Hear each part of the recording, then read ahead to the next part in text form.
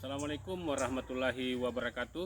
Perkenalkan, nama saya Dahlan SPD, TGP Angkatan 11 kelas 38 Kabupaten Bulukumba. Pada kesempatan hari ini, izinkan saya akan melakukan supervisi akademik bersama dengan Ibu Aryani SPD. Selamat menyaksikan. Assalamualaikum warahmatullahi wabarakatuh. Pada kesempatan hari ini saya akan melakukan supervisi akademik bersama dengan Ibu Aryani SPD. Assalamualaikum warahmatullahi wabarakatuh, Ibu. Waalaikumsalam warahmatullahi wabarakatuh.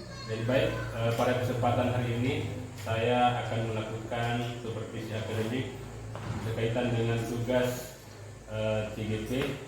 Jadi saya akan memberikan beberapa pertanyaan terkait proses pembelajaran berdiferensiasi yang akan Ibu bawakan sebentar.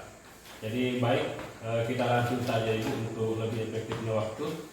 Jadi apa materi yang akan Ibu ajarkan sebentar? Ya, materi yang akan saya ajarkan tentang proses fotosintesis pada tumbuhan. Oh iya. Jadi apa tujuan pembelajaran yang hendak Ibu capai setelah proses pembelajaran berdiferensiasi yang materinya ini adalah fotosintesis pada tumbuhan? Ya, tujuan pembelajarannya diantaranya yang pertama yaitu dengan melalui kegiatan berdiskusi, peserta didik mampu memahami proses fotosintesis pada tumbuhan dengan benar. Yang kedua, melalui berdiskusi, peserta didik mampu menjelaskan proses fotosintesis pada tumbuhan. Dan yang ketiga, melalui diskusi kelompok, peserta didik mampu mempresentasikan hasil diskusi proses fotosintesis pada tumbuhan. Ya, jadi tujuannya sudah bagus Ibu. Yang selanjutnya adalah apa area pengembangan yang hendak Ibu capai setelah proses pembelajaran berdiferensiasi yang akan Ibu laksanakan? Ya, area pengembangan yang saya capai yaitu mengembangkan kemampuan profesional dengan cara menyampaikan materi fotosintesis, proses paling penting di bumi secara jelas dan mudah dipahami oleh peserta didik. Yang kedua, menyajikan kegiatan pembelajaran yang berdiferensiasi sesuai dengan kebutuhan peserta didik. Dan yang ketiga, mengembangkan kemampuan pedagogik dan sosial emosional dalam melayani, memperlakukan dan menghadapi siswa yang memiliki keberagaman kemampuan. Ya, jadi baik Ibu, jadi memang sudah tepat bahwa di dalam proses pembelajaran berdiferensiasi itu yang dipentingkan adalah bagaimana guru itu mampu mengklasifikasi minat, bakat, dan keinginan siswa di dalam proses pembelajaran. Nah, selanjutnya adalah strategi apa yang dipersiapkan untuk melaksanakan proses pembelajaran berdiferensiasi tersebut? Ya, beberapa strategi yang perlu disiapkan. Yang pertama itu RPP, yaitu rencana pelaksanaan pembelajaran berdiferensiasi. Yang kedua, memberikan contoh dengan alat peraga agar siswa mampu mengidentifikasi proses fotosintesis pada tumbuhan. Dan yang ketiga, menyiapkan lembar kerja peserta didik yang disesuaikan dengan diferensiasi kebutuhan belajar siswa sesuai diferensiasi pengelompokan berdasarkan asesmen diagnostik. Oh, jadi seperti itu ya. Baik, setelah mendengar seluruh penjelasan Ibu, saya berharap apa yang disampaikan tadi itu dapat diaplikasikan dalam proses pembelajaran. Baik, untuk selanjutnya saya persilahkan ke Ibu untuk melakukan proses pembelajaran dengan menggunakan teknik berdiferensiasi. Disilakan Ibu.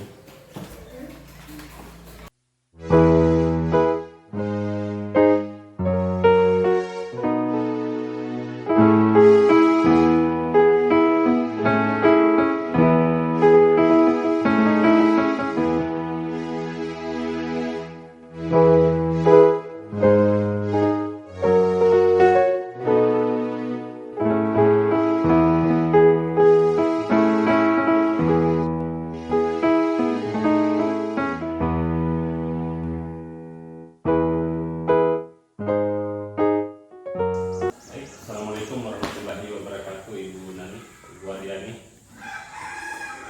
Waalaikumsalam warahmatullahi wabarakatuh. Bagaimana kabarnya hari ini? Alhamdulillah baik, Pak. Ya, jadi hari ini Bu kita masuk di sesi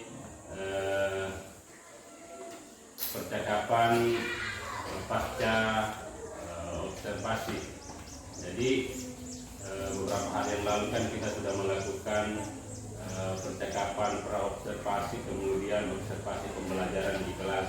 Nah, hari ini kita masuk di sesi pasca observasi. Kita akan mengevaluasi seperti apa hasil dari proses pembelajaran berdiferensiasi yang sudah kita lakukan. Jadi sesuai dengan pengamatan saya, Ibu,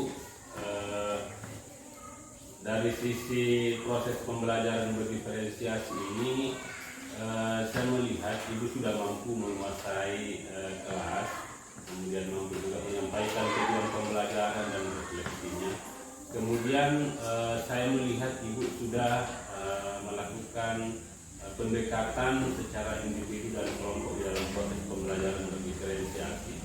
Kemudian metodenya sudah bervariasi juga, diskusi, tanya jawab, dan presentasi. Kemudian Ibu juga sudah melihat keinginan, bakat, dan minat siswa sebelum melakukan proses pembelajaran.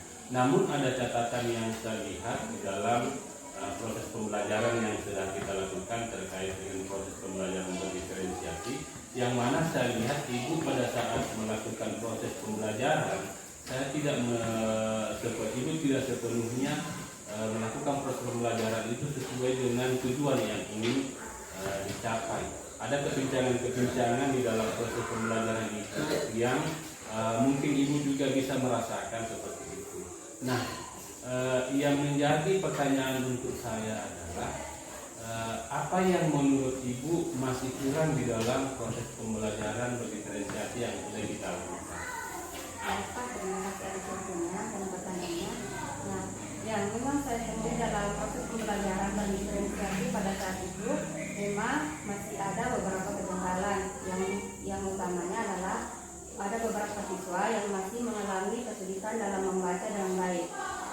Terdapat 2 siswa yang di situ masih membutuhkan bimbingan dalam membaca beberapa kata, dan mereka memang masih belum mampu untuk menyerap materi apa yang saya sampaikan, karena dari situ mereka belum mampu untuk membaca, sehingga mereka masih sulit untuk mengerti. Oh, seperti itu, Bu, ya. Jadi kira-kira Ibu, langkah konkret apa yang bisa Ibu tempuh, yang bisa dilaksanakan, atau strateginya seperti apa supaya anak yang tidak tahu atau belum lancar membaca ini dapat mengikuti proses pembelajaran dan pada akhirnya lancar membaca? Nah, langkah yang saya lakukan, saya melakukan beberapa langkah. Yang pertama, saya mengajak peserta didik tersebut untuk membaca beberapa kata menggunakan melalui kosakata tertentu. Dan setelah itu, kemudian saya menggunakan media pembelajaran seperti buku cerita yang memiliki gambar yang menarik dan menggunakan kalimat sederhana, sehingga peserta didik tersebut dapat membaca dengan baik. Dan saya mengajarkan kita harus membaca dengan menentukan tujuan membaca. Misalnya kita harus mencari siapa tokohnya, sehingga siswa juga bisa mencari siapa yang membaca. Dan misalnya juga kita bisa menggunakan pertanyaan apa yang sedang dialami atau perasaan apa yang dialami oleh tokoh dalam cerita tersebut, sehingga peserta didik juga mampu fokus dalam membaca. Sehingga walaupun ada beberapa kata atau beberapa huruf yang tidak mampu ia kenali, misalnya huruf D dengan D, biasanya mereka mengalami kesulitan, maka saya akan mendampingi siswa tersebut untuk mengenalkan ini huruf D, ini huruf D. Seperti itu, ya. Jadi ini adalah langkah yang menurut saya sangat luar biasa, dan saya berharap ke depan ini memang betul-betul dapat diterapkan sehingga tidak ada lagi siswa kita, apalagi sudah tingkatan B kelas 4 kemudian belum lancar membaca. Mudah-mudahan apa yang Ibu rencanakan ini dapat terlaksana dengan baik, sehingga kedepannya proses pembelajaran yang kita lakukan dapat berjalan dengan maksimal. Jadi harapan saya ke depannya proses pembelajaran kita sudah tidak ada lagi hambatan, walaupun ada hambatan dapat kita minimalisir, sehingga kita juga mampu untuk mencetak generasi yang jauh lebih baik. Terima kasih, Bu, atas percakapan